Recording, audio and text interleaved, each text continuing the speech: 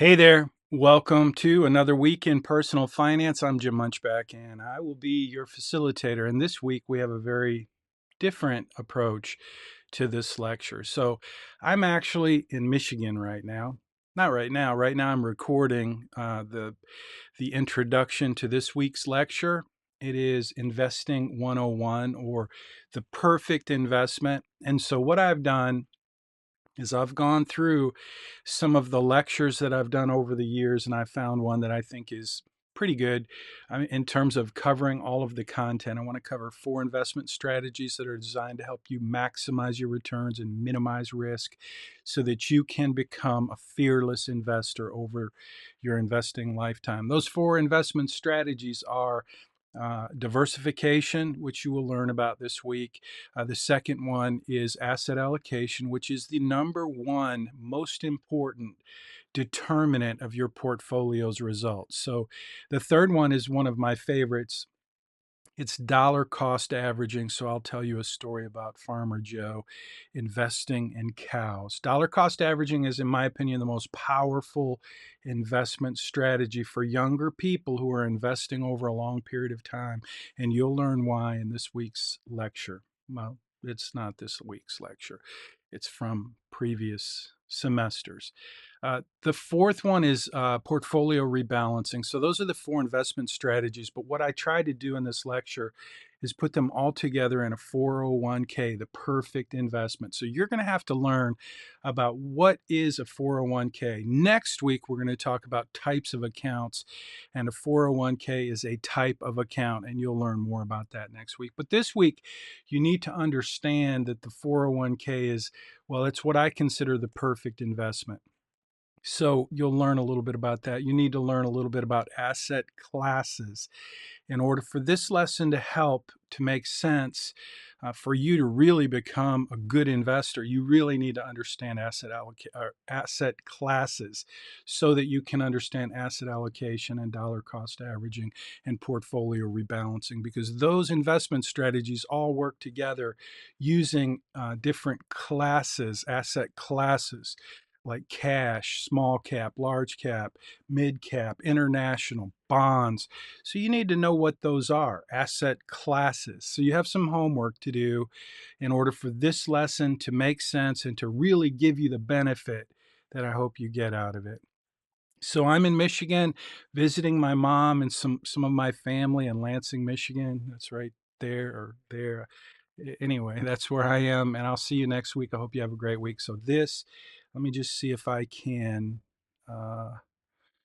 show you what you're going to see. There we go.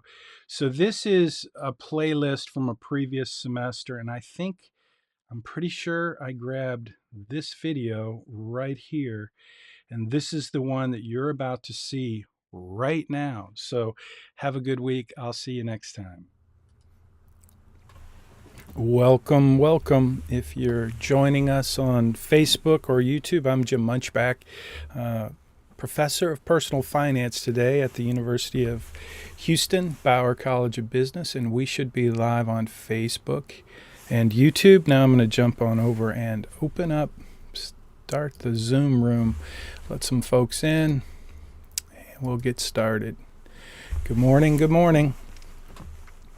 Good morning. Good to see everybody this morning. If you would, please do me a favor and let me know you can hear me. You can see I have my, not new, but it's new for this program, wearing my AirPods. Good morning. I can hear you. Thank you very much, Ava. Good to see you. Awesome. Okay, we're going to continue today. We're going to continue our personal finance journey into Investing 101. So I want to cover a couple of things that we talked about last week. I want to kind of review a few things, if I can get my screen righty. So just be sure, let's make sure you know that you can pick up this video in our semester's YouTube playlist, and to get there you can go to uhplaylist.com. That's a new feature. Hopefully it helps. Good morning, Alani. Good to see you. So anyway, that's just a reminder. And you're basically going to be going to my YouTube channel. Everything in our playlist is on my YouTube channel. So feel free to subscribe if you want to get notifications. So now I want to jump into what we're going to talk about today. We're going to talk about dollar cost averaging. We're going to start there. So I did this little video, Farmer Joe buys cows. You're going to see that this is the illustration for today's investment strategy, dollar cost averaging. So that's just for fun. Let me see if I can show the chat. I got the chat. I want to make sure I don't miss anything on the chat. I have so much screen real estate. You can't see my screen in my studio, but I have a pretty big screen here in front of me, and then I have my MacBook over there and my iPad down there and my cool little thingy here that I keep reminding you about that's new. So yeah, if I seem a little ADD distracted, it's because I'm a little ADD distracted. I am doing my best though. So okay, I think I did make some changes to the settings. So last week I heard some comments that you guys weren't hearing me all that well. So when I played music, you weren't hearing me.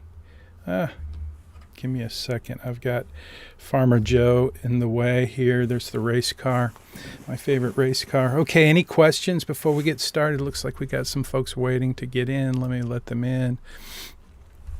You guys are doing a great job in your Right Capital financial planning portal, getting things set up and ready for your capstone assignment. We'll talk a little bit about that today, your capstone assignment.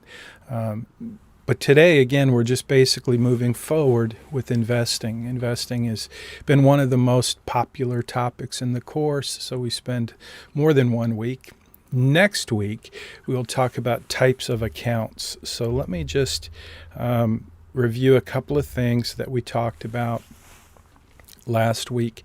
I think last week may have been the first time I introduced you to the perfect investment. The perfect investment is something that, Alani, I think you're the first. Don't forget class collaboration. Okay, I'll get to that. Thank you. Alani wins. Is it 1,000? Are we up to 1,000 free points for being the first? Those are, you really do get 10 points if you need them. Most of you who are here in the Zoom room, you don't really need the extra points. But if you do, if you happen to, just let me know that you earned an extra 10 points. Good job, Alani. I will get to that. Don't let me forget, Alani. It's on you, because I'm going to review the perfect investment. And then I'm going to talk a little bit about the investment strategies that we, hold on, let me get rid of this. Let me get rid of that. Let me get rid of that. I'm pushing the wrong buttons, as you can tell. But this is what we began to introduce last week, the investment strategies, 4 investment strategies. We covered diversification, and we really covered asset allocation. We're going to talk a little bit more about that today, but mainly we're going to talk about dollar cost averaging with Farmer Joe, and then we're going to hit portfolio rebalancing. And then I will jump into next week's lesson and just give you a little bit of a review. So first, though, let me just highlight the perfect investment. The perfect investment. And that's, because I am a certified financial planner, I have to say that there is no perfect investment. But if there was, this would be it. You guys remember what the perfect investment was? I'm looking at thank you, Alani. I'm counting on you to remind me, because I have a lot to cover today. And it's fun. This is one of my favorite topics to teach, investment management. And so if I forget to mention the class collaboration before we end, Alani, it is on you to earn those 10 points. So do you guys remember what the perfect investment is? It is listed right there on your page. The perfect, it was right. Ava, you're right. It's 401k. And the reason it's the perfect investment, I just want to highlight and review a little bit why it was the perfect investment. Because when you get that job that you are pretending that you already have, the job that your dream job, the job you want to get when you get out of college in your area of study, when you get that job, most likely you're going to have an opportunity to contribute to the 401k plan, which is a company plan, which typically the company will match your investment. They will match a percentage of your contribution to your 401k plan. And so that's the perfect investment because of that company match. And so we use the example, I think, of Shell Oil Company, and I just made these numbers up, but the story was you're making $100,000 and Shell will match 8% of your contribution. And so what I suggested to you, what I encouraged you to do, what I recommended you to do, what I begged you to do was to be ready on day one, when you get that job, to go ahead and say yes with HR when you're doing your orientation and getting everything set up on day one. They're going to ask you, do you want to participate in the 401k plan? And your answer is already made up. It's yes, I do. The next question is, how much do you want to contribute to your 401k plan? And that answer should already be made well in advance, because you are going to do a little research before you accept that job to find out what benefits they offer. And one of the biggest benefits offered by any company that makes them competitive, that makes them want to find the best, most qualified candidates and be competitive and attractive to them selecting that company, one of the ways they do that is by setting up a very attractive 401k plan with a feature called company matching. So you want to know what that match is, and when you do, your answer in that first day when you're with HR in orientation, when they ask you how much do you want to contribute, you're already going to know, because if you make $100,000 and they match 8%, how much do you have to contribute to your 401k plan in order for you to benefit from, to receive full benefits of their company match? That's a question. I'm going to wait for an answer. If you're watching on YouTube or Facebook, then go ahead and just give me an answer to that. That is the question. It's not the class collaboration question. It's just the question for right now. So if you're in that plan, you make $100,000 and you have an 8% match from your company, how much would you need to contribute in order to receive that full 8% match? Yes, you would have to, Ava, that's right. Sidra, that's right. You'd have to contribute. You'd have to say, I want to contribute $8,000 to my 401k plan. That's the answer. It's super simple. I mean, maybe the math isn't as simple. I'm making it simple. $100,000, 8%, $8,000. And then the next question is, what happens at the end of the first year after you made that commitment to contribute $8,000 to your 401k plan? What does that look like in terms of your account balance at the end of your first year working for that company? How much money would you have in your 401k plan if you contributed 8% and the company matched 8%? And assuming you make $100,000, super simple math, and the answer is, I don't have my drum roll handy. Bummer. I just removed that button. I usually have a button there for drum roll. Yes, Ava, that's correct. It's pretty simple, right? Is that not, so far, is this perfect investment not a really attractive thing? One of the things we talked about earlier in this semester was Dave Ramsey's 7 baby steps. And one of those steps, which seems kind of intimidating to most people, is to save 15% of your income for retirement.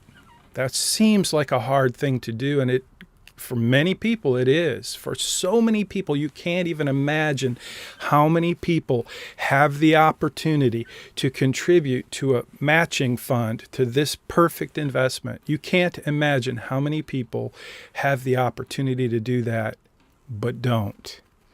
And it's just one mistake I do not want any one of you to make. I want every single one of you to be prepared, ready, automatically say yes and know exactly how much you need to contribute to get the full match. Now, you may want to contribute more than that, but at least you want to contribute enough to get the match, because it's 100% return on your investment.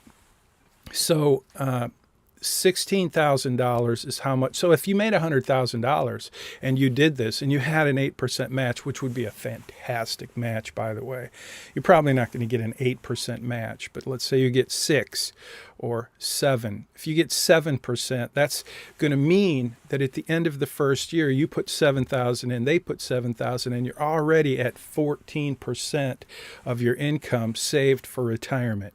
So back to Dave Ramsey's baby steps, that one really hard one about saving 15% for retirement seems ridiculously difficult.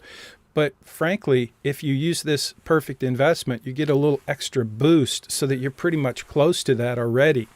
It's just like free money, and so don't miss it. The next benefit is the tax deduction. So if any of you are accounting majors, you understand the benefit of a tax deduction. If you contribute 8% to your 401k, the IRS says you made $8,000 or 8%, whatever it is, that dollar amount. That's how much money you made less because you contribute it to your 401k. That's a tax deduction. So the IRS sees that as if you didn't actually make $100,000, you only made $92,000, and you only have to pay tax on $92,000. And that's another benefit.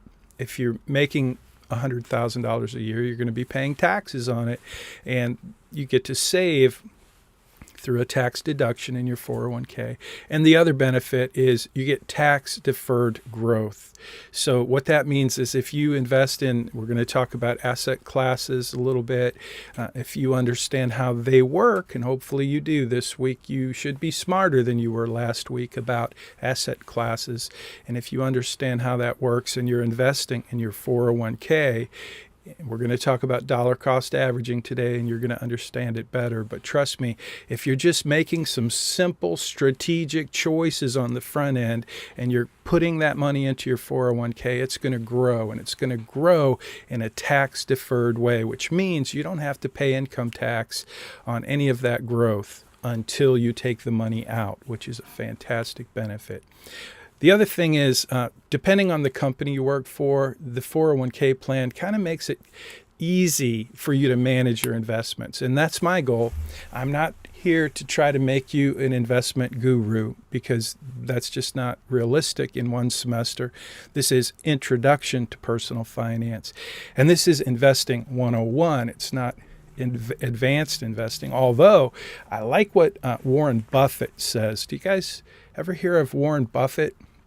He's like one of the most well-known investors of all time, and he's an old guy from Nebraska, but he's really smart and he has really cool quotes. And one of his quotes that I always liked is, investing isn't like Olympic diving. Okay, investing is not like Olympic diving because you don't get extra points for difficulty. So that just means investing doesn't have to be complicated. And that is my goal for you, is to help you understand investing in a way that is not complicated. And so these 4 investment strategies that we're going to talk about, they are the, let me get rid of that so you can see all of them. So these 4 investment strategies we started out with last week, these 4 investment strategies are specifically designed for you, meaning you're a young investor, you have a long time horizon. These strategies were selected specifically for you, and they're designed very specifically to help you minimize risk and maximize returns over time. So we started out with the investment strategies, 4 of them: diversification, asset allocation, dollar cost averaging, and portfolio rebalancing. And I think I mentioned diversification. It's like the base foundation of investing. I told you the story about Enron. If you don't know the story about Enron, you might want to do a little, you might want to read about it a little bit. But I had a couple of clients who worked for Enron, and one of them did what the company told them to do. Invest more and more and more in Enron, because the stock just kept going up and up and up. But they were cooking the books. And so this man, Bill, had invested all of his money in his 401k in Enron stock. And he had over $1 million, well over $1 million. And when the stock went down, the company said, this is the best time to put even more money into Enron. And he lost everything. He ended up dying of a heart attack from stress, and his wife, who had never worked, had to go to work with no skills. And it was a very sad story, a very personal story for me.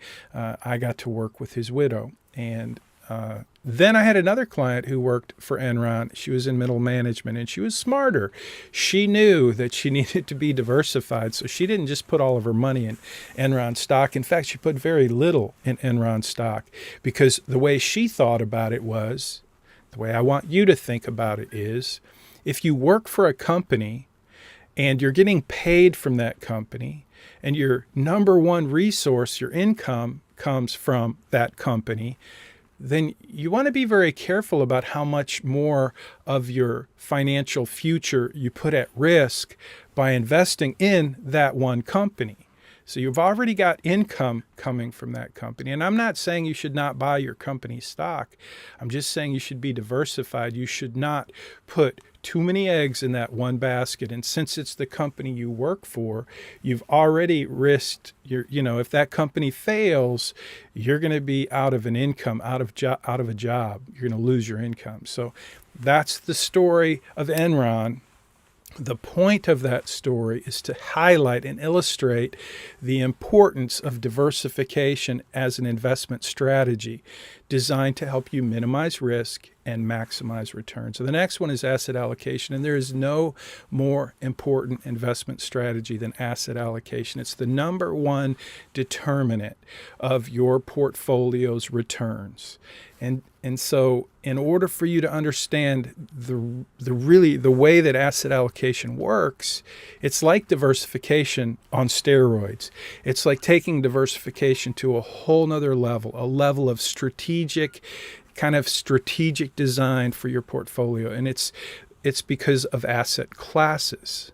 Asset classes means you're diversifying not just in a number of investments, a lot of different investments, but you're being very careful to put those investments in different asset classes. And we're going to talk a little bit about that today. But you should have, in your homework, you had lots of information you could take advantage of if you want to understand asset classes. It's very important. The next strategy is one of my favorites, and it's the one we're going to highlight today. It's called dollar cost averaging, and in my opinion, it's the most powerful investment strategy designed to help you minimize risk and maximize return. And you're going to see how that works in just a minute. But again, for younger people with a long time horizon, and for older people who want to just manage risk, dollar cost averaging is an investment strategy that really works well to minimize risk and maximize returns. It's really, in my opinion, again, it's the most powerful investment strategy. Obviously, you get to use dollar cost averaging in connection with or integrated with asset allocation. That's how it works. That's why it works, and you'll see that a little bit today. The next one is very simple. It's called portfolio rebalancing. And if you just always think about a pie, if just in your mind imagine a circle, okay, a pie, cut it in 4 quadrants, 4 pieces of pie in the pie.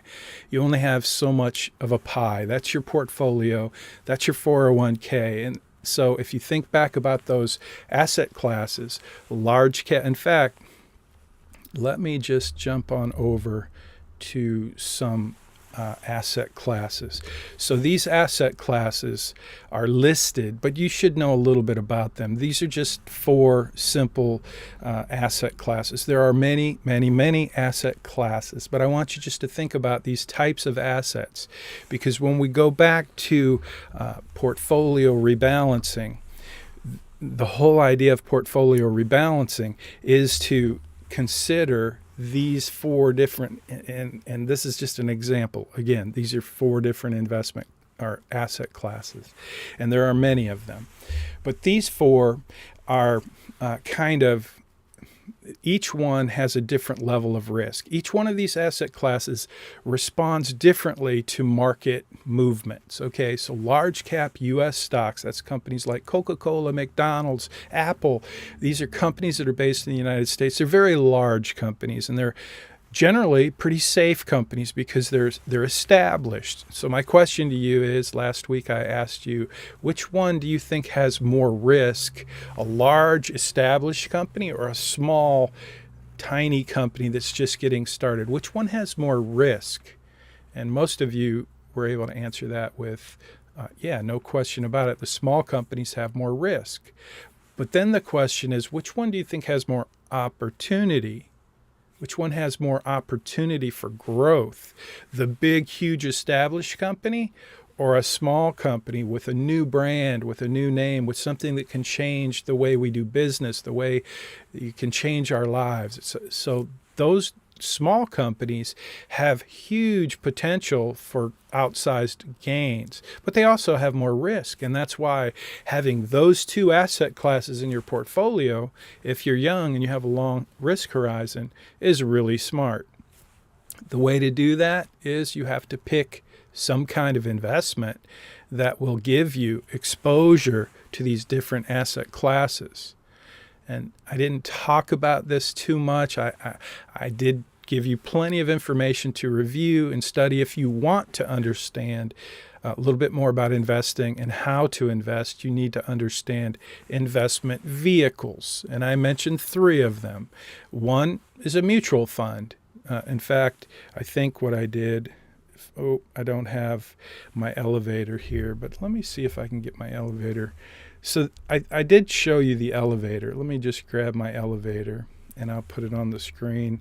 Let me get rid of asset classes. Let me go to iPad, and there you go. That's the elevators. And those elevators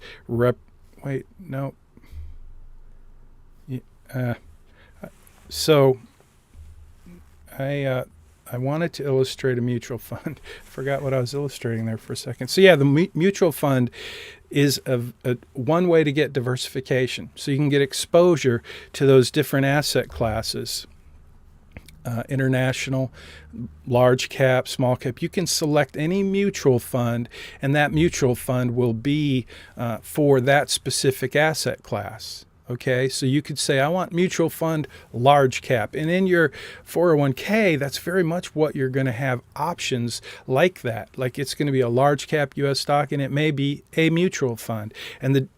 So this mutual fund, you see on the left side, that's a cable. That's representing diversification.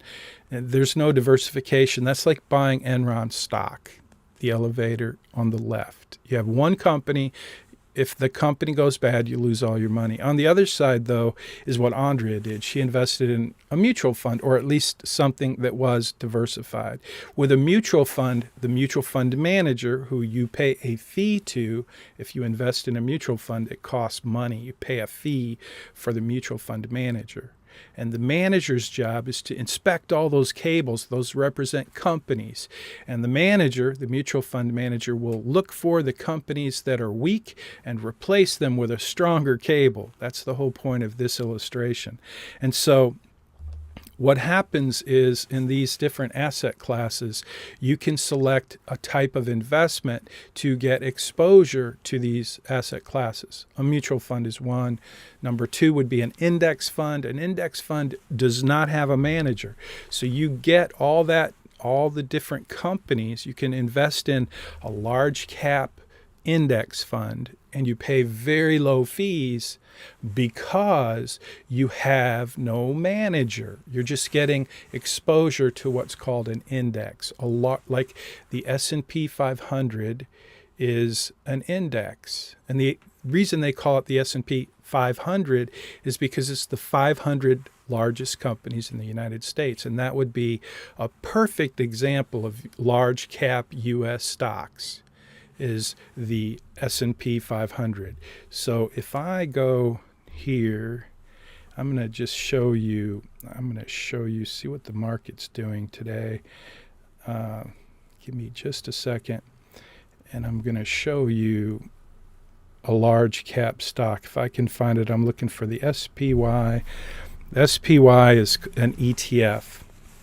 Now that's different. An ETF, an exchange traded fund, is different than a mutual fund or an index fund. But it does have one thing in common. I told you 3 investment vehicles, 3 types of investment: a mutual fund with a manager that you pay a fee to, an index fund where you don't pay a fee but you get exposure to the S&P 500, and that's what the SPY is. The SPY is an ETF, an exchange traded fund. My favorite type of investment vehicle, an exchange traded fund. Very, very, very low fees. It's like an index fund. It's better than a mutual fund because you don't have to pay a manager. You just get all 500. You buy one investment in this thing, SPY, and you get all 500 stocks. That's really cool. Trust me, it's really cool. And what makes this better than a mutual fund or an index fund, SPY, is it trades like a stock. So today the market's up. It's up pretty nicely, thank goodness. Okay, back to this. The market's up. So if I decided to invest in SPY today, I could buy it at the price right this minute. If you buy an index fund or a mutual fund, it doesn't work that way. You put your order in now. It's 10:30 in the morning. You put your order in now, and you get the price of that investment at the end of the day. So I don't know if you guys follow the market much, but you could put your order in right now. The market's up. It looks like it's going to keep going up for a while. This is the time of year where the market tends to end strong for lots of reasons I won't get into. But if you're an investment manager, you want to know and understand a few of those things. And if you buy the SPY right now, you get the price right now. But if you put that order in right now, and at the end of the day, let's say that the market has skyrocketed up, you probably wouldn't want to buy it if the market had this ridiculously huge upshot today. You probably want to wait till tomorrow because it's probably going to come back a little bit. But you can't do that with an index fund or a mutual fund. You automatically get the end of day price. And that's why I like, where did we go? That's why I like ETFs, exchange traded funds. And if you look at that chart, hold on. Yeah, if you look at that chart, you can see those big, nasty red candles. Those are called candles.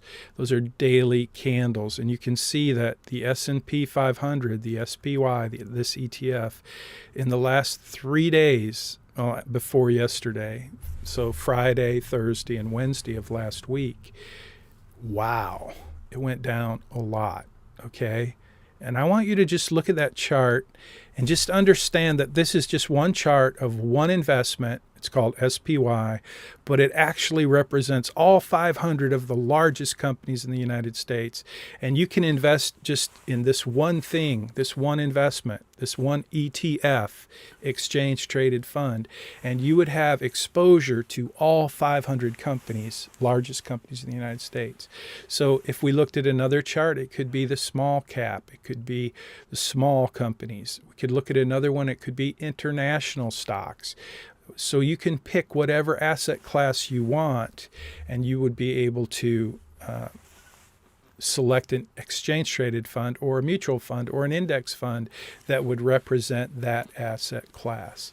And it's important to understand that, because when you go back to see that chart, when we talk about dollar cost averaging, you're going to understand why you want to be investing systematically over time. And that's what we're going to talk about now. So let's jump into, let me see if I can find Farmer Joe and get back to the topic at hand. So this is dollar cost averaging. This is my cute little video that I made with cows just because I wanted to see what I could do with cows. So we're going to talk about Farmer Joe. He's a friend of mine.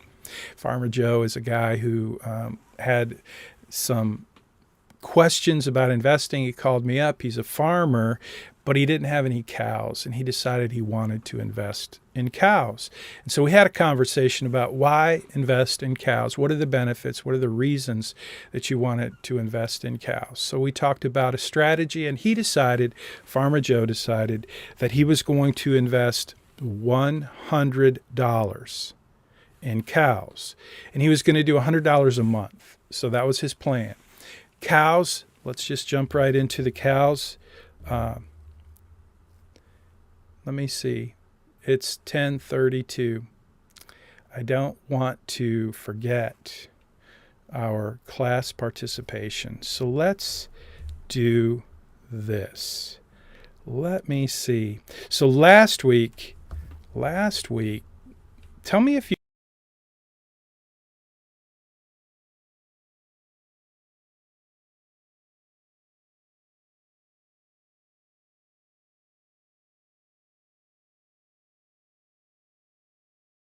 can you hear that? Well, Alani, can you guys hear that? You can't hear it? You didn't hear anything? Oh my goodness, that stinks.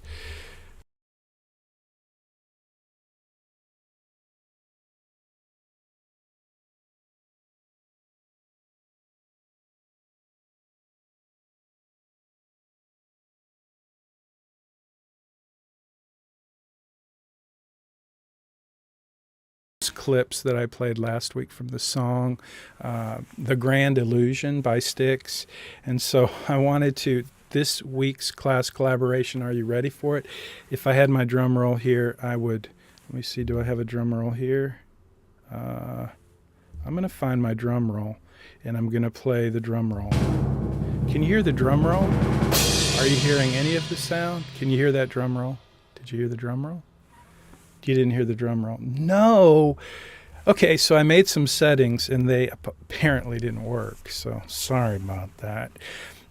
So this week's class collaboration, I had some music I wanted to play, but instead I'm just going to play a little bit more of a different source of information than the song. And what I want you to do is I want you to think about just what is the idea here. What does it profit a man, a person, a woman, an individual who gains everything? Like they make so much money they can't possibly spend it all. What does that do for them if they lose their own sense of being, their own soul? This is words of Jesus, but there's so many different spiritual writings and principles, and I want you to think about that. I want you just to think about the words of the song that we heard last week, and how you guys gave me some great comments about that. But this is just a different question. What does it benefit you if you gain everything? Like if I teach you how, well, get rid of that guy. We don't need that guy anymore. If I teach you how to invest and make a ton of money, what good does it do you if you basically make a lot of money and you have everything you ever wanted? Do you think, you guys already told me the answer to this, do you think it's going to make you happy? Is it going to give you a fulfilling life? And obviously you already know, just like I know, that it won't. That having more stuff and more money isn't going to give you, it's not the answer. It's not happiness and joy and fulfillment doesn't come from that. And yet we tend to spend a lot of time, a lot of energy, a lot of effort trying to get more. And so one of the things I want to help you think about this semester is not just, I want you to be smart. I want you to invest wisely. I do. I want you to learn everything that I'm going to teach you, especially about investing and all of the things related to personal finance. But mostly I want you to think about that third law of personal finance, which I don't have on the screen here, but the three laws of personal finance are the law of spending and saving, the law of tax advantage investing, which we're going to talk about next week, and the third law. Anybody know what the third law of personal finance is? We've gone over it a couple of times. You've had a couple of homework assignments that included the 3 laws of personal finance. The third law of personal finance is the law of purpose and commitment. And I want you to be committed to doing the things that you need to do to build wealth and to be as responsible with money as you need to be successful. But I also want you to think about why. What's the reason? What is your purpose? What matters most to you? Because money, no matter how much you make, it's not going to fulfill you. So that's kind of the class collaboration conversation. Just what do you think about those words? Let me see if I can put that back up there, and just think about that and tell me, what do you think? Are these words that Jesus said, do they make sense to you? How do you feel about that? In conjunction with last week's song, America spells competition. Join us in this blind ambition. Get yourself a brand new motor car. That's the song, the lyrics. That was kind of the idea from last week. Now I just want you to kind of put those 2 ideas together and tell me what you think. And maybe you have some other words of wisdom that you want to share. That's your class collaboration secret for this week. Just to think about that and share a little comment about that, about the purpose, your purpose in relation to money. And, there's no right or wrong answer. That's it. Okay, Alani, we got it covered. Check. We're going to move on now. Okay, let's see. Let's go to Farmer Joe.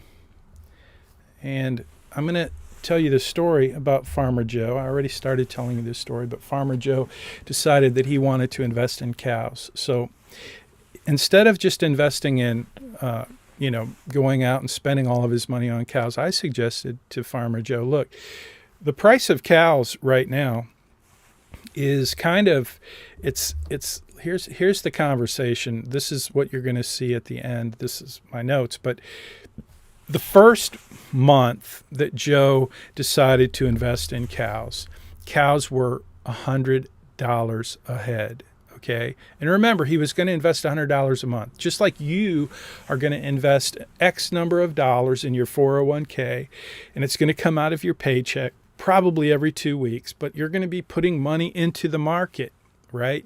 You're going to select your asset allocation, like we said before. You're going to select which of these asset classes your 401k contribution is going to go into, because that's one of the questions they're going to ask you in HR, in orientation. Do you want to contribute to your 401k? The answer is going to be yes. The next question is, how much do you want to contribute? And you're going to know the answer because you're going to know how much the match is. So you're already going to know that. The third question they're going to ask you is, where do you want that money to be invested? And you're going to have to choose at that point what asset classes you want your 401k to contain. And then once you start spending that money or investing that money or contributing that money into your 401k, it's automatically going to get allocated to these different asset classes. And I've given you 4. Those are 4 good ones. You could use those and be just fine, or you can select your own. But that's really what your homework is this week, is asset allocation. You have to think about asset allocation. Thus, we have the thinking man. There he is again, my smart thinking man. So you have to think about asset allocation, and you have to decide, what do you want to allocate to? So you need to understand a little bit about asset allocation. But if you just want the easy answer, there you go. 25%, think of a pie, 25% in each asset class. And we're going to get back to Farmer Joe. So Farmer Joe is going to invest $100 a month. It's not his 401k. He's a farmer. He's investing in cows. The first time he invests, the cows are $100 a head. So the first month, how many cows can he buy? The first month that Farmer Joe uses this strategy of dollar cost averaging, investing $100 a month to cows, and cows happen to be $100 a head, how many cows is he going to own at the end of the first month? Going once. That's a question. Looking for an answer. just to make sure you're here. If you're watching on YouTube or Facebook, even if it's 2 in the morning on Saturday, you can answer that. At this point, the question is, Farmer Joe is going to invest $100 a month to buy cows. The first month, cows are $100 a head. How many cows will Farmer Joe be able to buy? The answer is right there on the screen. Thank you, Cedra. Super easy, right? I know, but I just want to make sure you guys are here with me. So that's the first month. He gets 1 head of cows. The second month, though, cows drop to $50 a head. And he's going to invest. Dollar cost averaging is a systematic approach to investing. So he's going to invest $100 a month every month. This month, month 2, he invests $100 and cows are they're $50 a head. So I just gave you the answer. How many cows can you buy if they're $50 a head and you're investing $100? You get 2. You get 2 heads of cows. So imagine, I'm just going to jump back over here and I'm going to say, get rid of Farmer Joe, get rid of the cows, go back here, get rid of the car.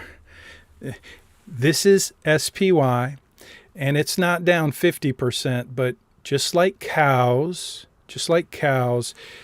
investments like SPY, the S&P 500, they go up and they go down. And if the SPY was down and it was cut in half, and you were investing in the S&P 500 in your 401k, and you had committed to invest $8,000 a year, imagine what would happen in your account if you had this commitment to dollar cost average, which is exactly what you're doing in your 401k, and you're investing in the SPY or the S&P 500, and it drops 50%. How much more of that investment are you going to be able to buy in relation to what you were able to buy the month before or the week before? That's right. It's crazy how much more you're going to be able to get. And the same thing happens with Farmer Joe. The second month he gets to buy 2 cows. Okay, just keep track of the number of cows. The next month, cows drop to $25 a head. Just like an investment, that can happen in your investments. Something drops to 25%. That's unusual, but when it happens, you're going to be able to buy more of it. So in Farmer Joe's case, he gets to buy 4 cows that month. So again, he's buying cows, he's spending $100, he's investing $100 a month, and the price of cows just keeps changing. Now month number 5 comes along. Is it 5? 1, 2, 3, 4. Month number 4. There are 5 cows, so I just gave you the answer again. Farmer Joe is investing $100 a month, and cows drop in month number 4 to $20 a head. How many cows can Farmer Joe buy if he's investing $100 and cows are only $20 a head? Think about that for a minute and give me your answer.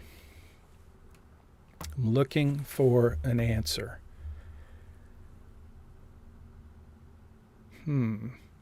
Thank you, Ava. You win 5 cows. It's pretty simple. So imagine that. Now, if you happen to be Farmer Joe and you're making this investment over time, $100 a month, you're a farmer, you've got chickens, you've got pigs, you've got emu, you have hay, you have all these different things to make money on your farm, and you decided to take advantage of the opportunity to have cows as part of your business plan, and you're investing in cows, and cows went from $100 a head down to $20 a head. What would you do? What would you do? Now, at this point, I got to tell you, Farmer Joe gives me a call, and he's quite upset because he's freaking out, really. He's like, you know what, Jim? You got me into buying cows, and I've been spending $100 a month. And I was like, wait, whoa, Joe, it was your idea. I helped you figure out a strategy, a plan to maximize your returns and minimize your risk. And that's why we set it up this way with $100 a month. And you just spend the $100 investing in cows. And over time, Joe, it's going to work out. In fact, Joe, listen, if I were you today, I would go sell that old John Deere tractor that you've got. I would sell it. I don't know if you guys know about John Deere tractors, but If you buy a John Deere tractor, you're going to spend a whole lot of money on a new John Deere tractor. And if you're a farmer and you buy a new John Deere tractor, good luck getting a technician during harvest time to come and fix your tractor, because after COVID, it's hard to find workers in any business, and John Deere and everybody else who has high-tech equipment require a lot of training and a lot of personnel to be able to keep your equipment running. So the newer it is, if you're a farmer, it's like the more you have to depend on the service department to fix it if it breaks. So Joe has this old John Deere tractor, and it just so happens, I happen to know this to be true, that the old John Deere tractors, the value of those bad boys has just gone through the roof, because there's a whole lot of dudes out there like me who have a toolbox and understand how the old stuff works, and we can fix the old stuff. We can't fix the new stuff. So that old tractor has a value that's higher than it's ever been. It's crazy. So Joe, go sell your old tractor and spend that extra money on cows while they're $20 a head, because you probably won't ever get another opportunity to buy cows this cheap. And that was the whole idea of setting up a plan, a strategy designed to help you minimize risk and maximize returns. Imagine, Joe, if we decided together that when you wanted to invest in cows, we took your whole year's cow budget and we bought cows immediately. There would be some benefits, maybe you'd have some extra cows because they would breed, you'd have more milk, you'd have more leather, you'd have more cow stuff, right? But you would have spent all of your money, your cow budget, up front at $100 a head. And I don't know how many cows you would have gotten, but you would have paid $100 a head. And today, they're $20 a head. So Joe takes a deep breath. He listens to me. He says, okay, I'll keep going. I'm not selling my John Deere tractor, though. He wouldn't do that. So, okay, fine. So that's that. Now, the next month comes along. That would be month number 1, 2, 3, 4. Month number 4. And now cows are back up to, what, $25 a head? How many cows does Joe get if they're $25 a head? You got it. This is a very simple illustration, right? It's a story about dollar cost averaging and the price of cows, and you probably don't even need me to finish the story, but I'm going to go ahead and finish the story because, well, I kind of like telling stories. Farmer Joe buys 4 cows. So now month number 1, 2, 3, 4, 5, 6 comes along, and cows have creeped back up, which cows do. They go up and down, just like, let me show you. I'm going to show you again real quick. I'm just going to show you this chart. Now, this chart is the S&P 500. It's not a cow, but it's like a cow. It's a U.S. large cap stock, and it goes up and down just like cows. And if you're buying it, you could buy it over time using dollar cost averaging, and when the price is down, you're going to be able to buy more, and when the price is up, you're going to buy less. But over time, it's going to minimize your risk. It's going to maximize your returns. I promise. That's why dollar cost averaging, in my opinion, is the most powerful investment strategy that's designed to help you minimize risk and maximize return. And over time, over your lifetime, if you do this, if you do what I'm teaching you to do with these 4 investment strategies in your 401k and in your other investments as well, it's going to be really, really easy for you to achieve the goal that I have for you, the goal that I set at the beginning of this semester. I want you to learn how to do, and I want to teach you to do, that I want you to achieve to become a millionaire by the time you're 50. It's going to be really easy if you just take these little things I'm teaching you and you actually do them. Okay, and this one is definitely one you want to do with the perfect investment and dollar cost averaging and the other investment strategies. You will be building wealth over time in a way that's relatively effortless. It's very simple yet powerful, and it's going to help you. This strategy in particular is going to help you minimize risk and maximize returns. So back to Farmer Joe. So Farmer Joe, let's see. Yeah, we get to month number. How many months is this, by the way? If you're watching the video, just think about it for a second. Again, I can't help but put this guy up there because he's just right there. The button is right there for Mr. Thinker, and he's thinking. And so he's thinking about how many months have we been doing this in this story. Let's bring it to a close and wrap it up. Month number 1, he gets 1 cow. Month number 2, he gets 3, 4, 5, 6. So he's been doing this for 7 months, right? 7 months, 7, hello, right? And over 7 months, how much money has Farmer Joe actually invested in cows? This is not a trick question. It's really pretty simple and straightforward. It's a question I want you to answer.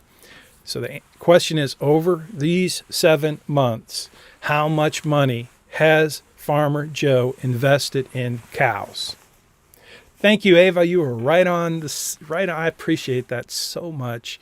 And your answer, if you can't see it, you can't see it on YouTube because I'm not sharing comments from a Zoom room, but I'll tell you, Ava said $700. So if you had a different number, well, you weren't paying attention because it's pretty simple. 7 months, $100 a month. Thank you very much, Ava. Yep, $700. Now, this question is a little more complicated.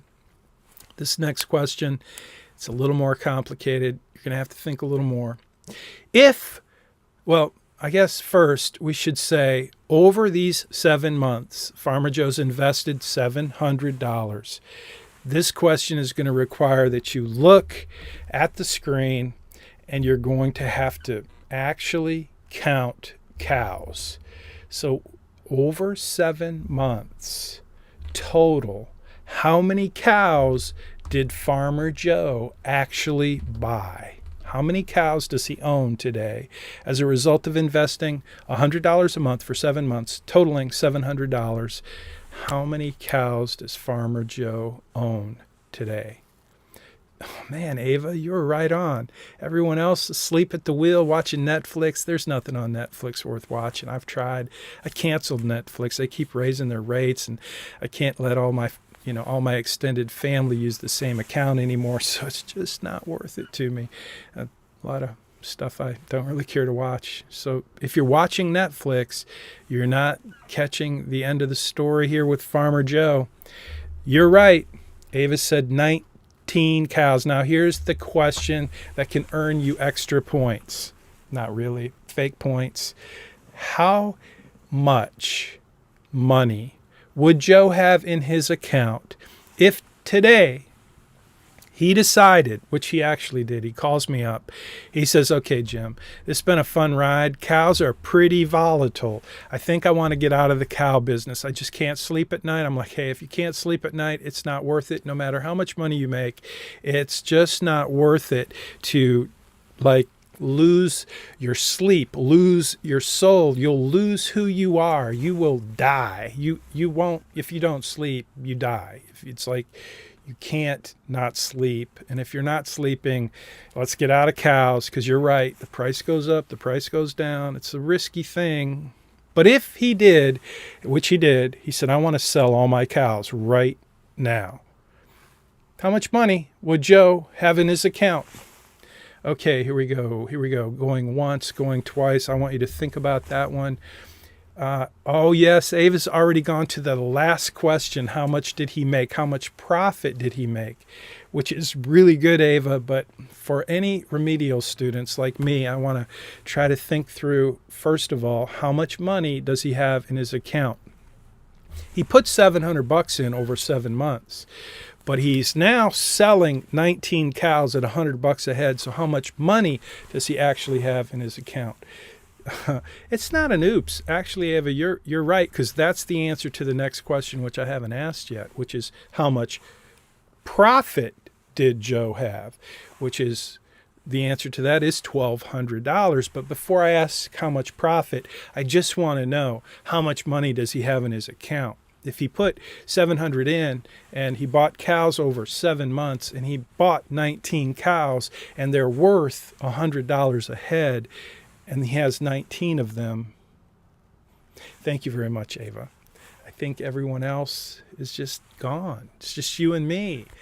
You're the only one participating, and I will never forget you for it, Ava. Thank you so much. So yes, $1,900. And then the final question in this story, and we will move on, is how much profit? When Joe sells those cows, how much profit will he have? And the answer to that question, Ava's already given it to us. It's $1,200. And the reason, remember, again, if Farmer Joe would have bought all of those cows at the beginning, if he would have invested all $700 right away, he would have had 7 cows. And at the end of the 7 months, when cows went way down and then back up, and he said, I'm out, he would have made no profit. And that's how it works. So just remember, again, think about the chart here for the S&P 500.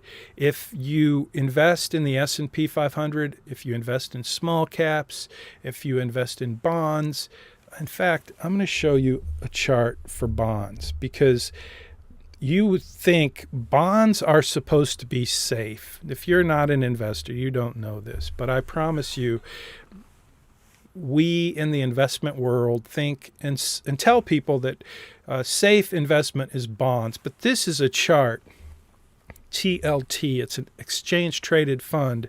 Look how far down that's gone.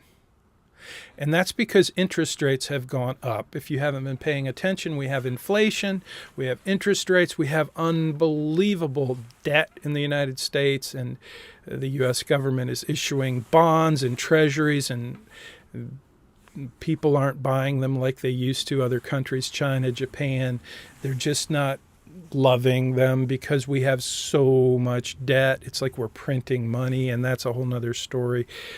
But the point is, bonds are one of those asset classes that we talked about. And because bonds are an asset class, corporate or treasuries, that chart that you just saw is a chart of bonds. So just like cows, just like S&P 500, they go up and they go down.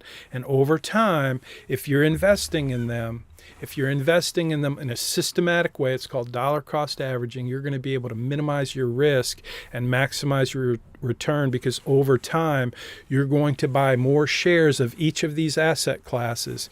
And that is the whole idea of dollar cost averaging.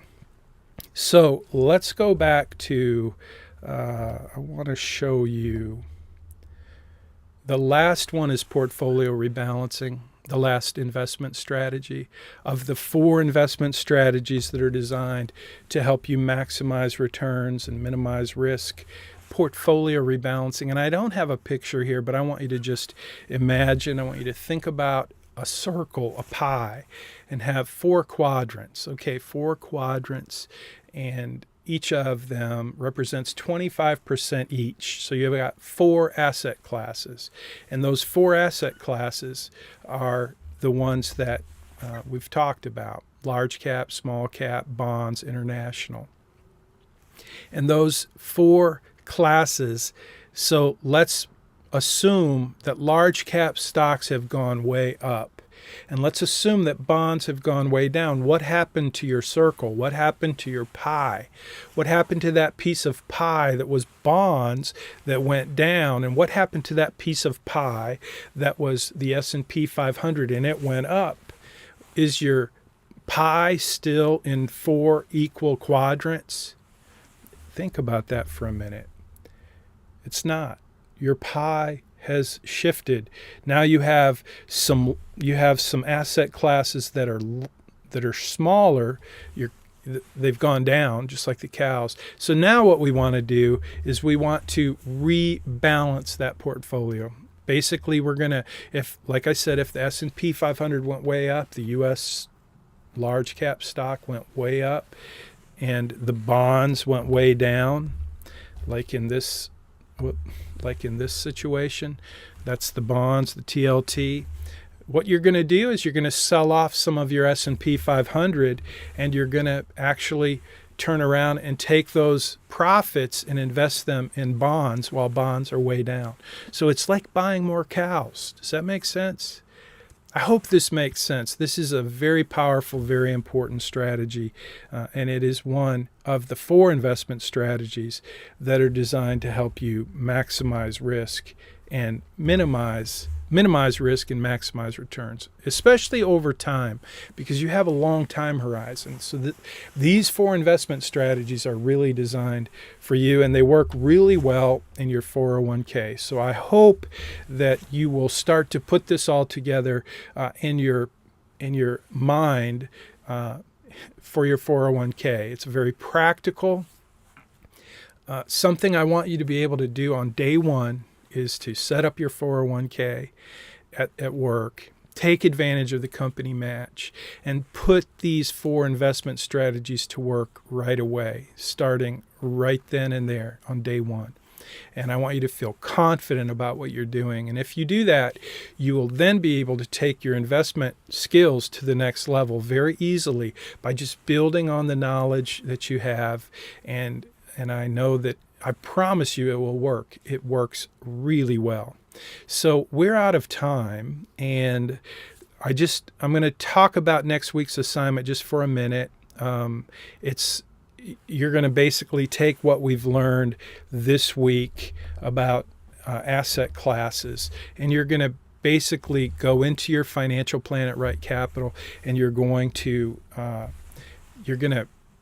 choose which asset classes you want to have in your investments. And I know these investments are not real. Your 401k in your financial plan should now have some money in it because you're pretending that you're 10 years older, and you're pretending that you got the job that you really wanted, and you're pretending that you've been investing in your 401k, and now I'm asking you to pretend that you're actually investing in different asset classes, not just a big cash amount in your 401k, but you've actually selected 4 different asset classes at least, and you set up what we call asset allocation, which is the single most important determinant of your portfolio's returns. So that's what you're going to do. You're going to set up your asset allocation in your financial plan this week, and that's going to help you move forward to prepare for your capstone assignment. So again, this week's assignment, next week's assignment, each of these elements will be part of your capstone assignment, which will be a really easy assignment for you to do as long as you keep up, pay attention, and do, get each assignment done. So turn them in early, and I would love to have the opportunity to give you some feedback. If you have anything that's missing or you need a little help, that's the best way to get it, is turn your assignment in. I'll review it. I'll give you feedback. And then if you turn it in on time, again, let me just mention this as I close, and I'm sorry we're going longer, but a few students have turned their assignments in early, and then once they turned their assignment in early, I gave them some feedback along with some deductions because they were missing something. And then, boom, they resubmitted the assignment before the due date was passed. But they didn't leave a little message to tell me that they already turned it in early and that they were just trying to, make the corrections so that they still get the extra points. And yes, you qualify for the extra points, even if you make mistakes and I give you feedback, as long as you turn it in by the due date, but you have to remind me. So please don't make me have to go back in and exchange emails and all. Just help me out with that if you would. Please. Thank you very much. So I think that's going to do it for today. And I will look forward to seeing you next week. If you have any questions, hit me now. Ava, thanks for all your help and participation. And I am going to go over to the